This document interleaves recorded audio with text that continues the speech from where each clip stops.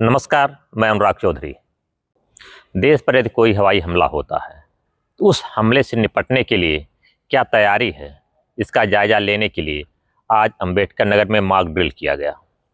Mock drill में यह विशेष ध्यान रखा गया कि हमले के बाद और हमले से पहले कैसे निपटा जाए।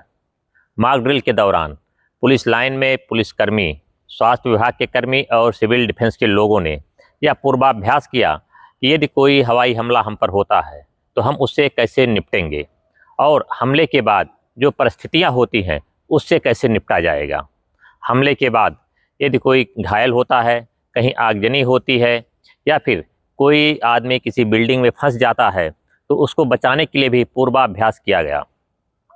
तस्वीरों में आप साफ तौर पर देख सकते हैं कि पुलिस के जवान और सिविल डिफेंस के लोगों ने किस तरीके से आग पर काबू पाया, घायलों को एम्बुलेंस के माध्यम से अस्पताल भिजवाया और जो बिल्डिंग गिर गई थी हमले में उसमें फंसे लोगों को कैसे बाहर निकाला।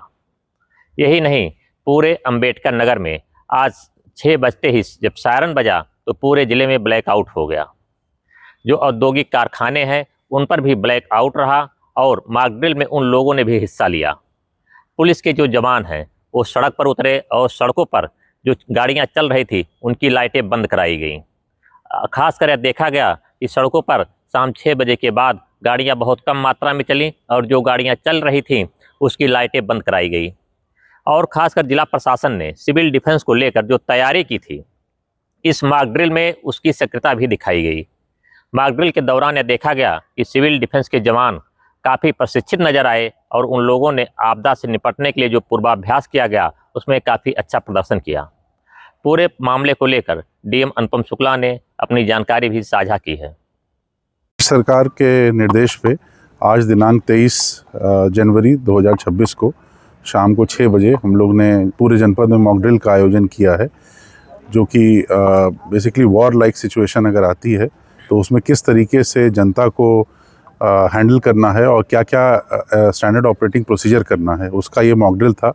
तो इसमें यहाँ पे जैसा कि देखा गया कि सायरन के बजने के बाद जो भी हम लोगों ने एक्टिविटीज़ की, चाहे वो लोगों को सुरक्षित अपने स्थान पे जाना, चाहे अगर वॉर के समय अगर एयर रेड होती है उसके कारण अगर कोई आग लगती है उसको बुझाने का कार्य, और अगर कोई इस तरह की लोग जो हैं इसमें कोई मेडिकल इमरजेंसी आती है तो किस तरह से उनको प्रॉपर्ली हॉस्पिटल तक पहुंचाने का कार्य।